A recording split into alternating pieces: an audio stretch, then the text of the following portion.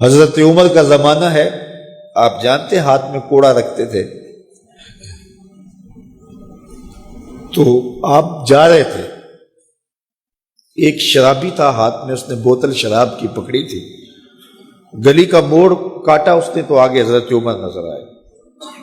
حضرت عمر تو موقع پہ سزا دیتے تھے، ہاتھ میں درہ پکڑا ہے تو اس نے دل ہی دل میں کہا مالک عمر کے قہر سے بچا لے، پکی توبہ کرتا ہوں آج کے بعد شراب نہیں پیوں گا، اور جلدی سے وہ شراب کی بوتل بکل میں بغل میں دبا لی۔ حضرت عمر بھی سر پہ پہنچ گئے اور جھڑک کے کہا کہ یہ تیرے پاس کیا ہے؟ تو ڈرتے ہوئے کہا حضرت سرکہ ہے۔ تو عمر سے کہا نکال، تو جب نکالا تو واقعی سرکہ ہو گیا تھا۔ جو رب شراب کو سرکے میں بدلنے پہ قادر ہے، وہ رب گناہوں کو نیکیوں میں بدلنے پہ بھی قادر ہے۔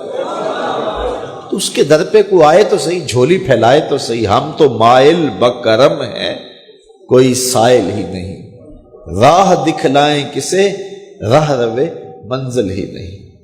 کوئی اس کی دہلیز پہ تو آئے، اس کی چوکھٹ پہ تو آئے، بلکہ اس کی رحمتیں تو بہانے ڈھونڈتی ہیں۔ بشر حافی ایک بہت بڑے شرابی تھے اور زندگی شراب کے نشے میں دھت گزرتی تھی۔ ایک دن گلی سے گزر رہے تھے، کاغذ کا ایک ٹکڑا دیکھا، اس پہ رب کا نام لکھا تھا۔ یار بندہ گناہ گار ہو بے ادب نہ ہو، گناہ گار ہو بے ادب نہ ہو، تو کاغذ کے ٹکڑے پہ رب کا نام لکھا تھا، اس کو اٹھایا، چوما، صاف کیا، خوشبو لگائی اور اونچی جگہ پہ رکھ دیا کہ یہ میرے رب کا نام ہے، اور شراب پینے پھر میخانے میں چلے گئے۔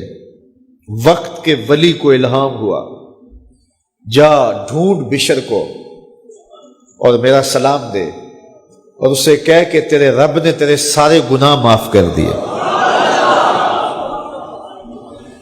نکلا، پوچھا بشر کون ہے؟ لوگوں نے کہا وہ تو بہت بڑا شرابی ہے۔ اللہ اکبر۔ گھر پوچھا، کہا وہ شراب خانے میں ہے۔ شراب خانے میں پیچھے چلے گئے۔ وقت کا ولی اللہ شراب خانے کے دروازے پہ دستک دے رہا ہے۔ اندر سے آواز آئی، کون؟ نام بتایا، کہا میں بشر کو ملنا چاہتا ہوں۔ کہا وہ تو نشے میں دھت پڑا ہے۔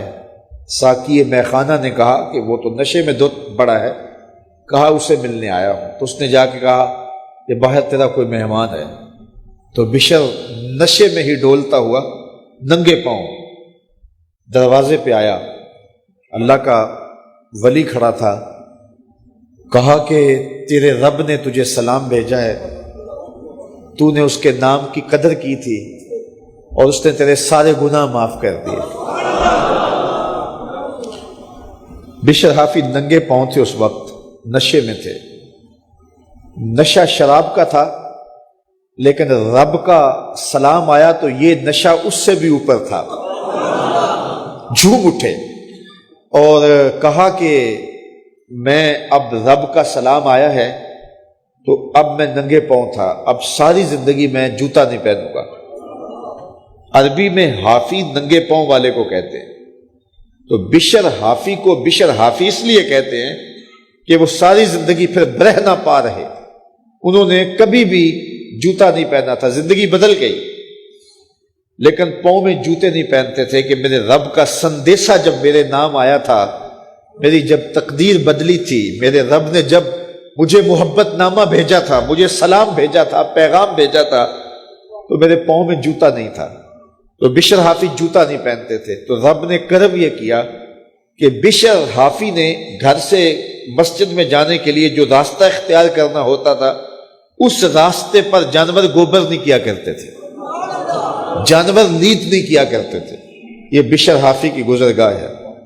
ایک دن ایک شخص آیا تو جس راستے سے بشر حافی گزرتے تھے تو وہاں کسی جانور کا گوبر پڑا ہوا تھا، تو اس نے بلند آواز سے کہا ایھا الناس، لوگوں سن لو، بشر حافی انتقال کر گئے۔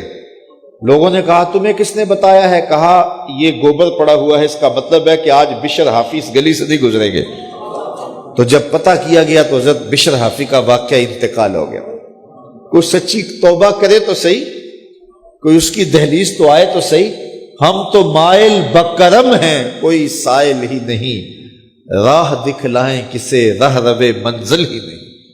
کوئی جھولی تو پھیلائے وہ تو کریم ہے، اس کی تو رحمتیں آواز دے رہی ہیں، یا ایھا الانسان ما غرک بربک الکریم. او بھاگے ہوئے انسان، آجا پلٹ کے، تیرا رب بڑا کریم ہے.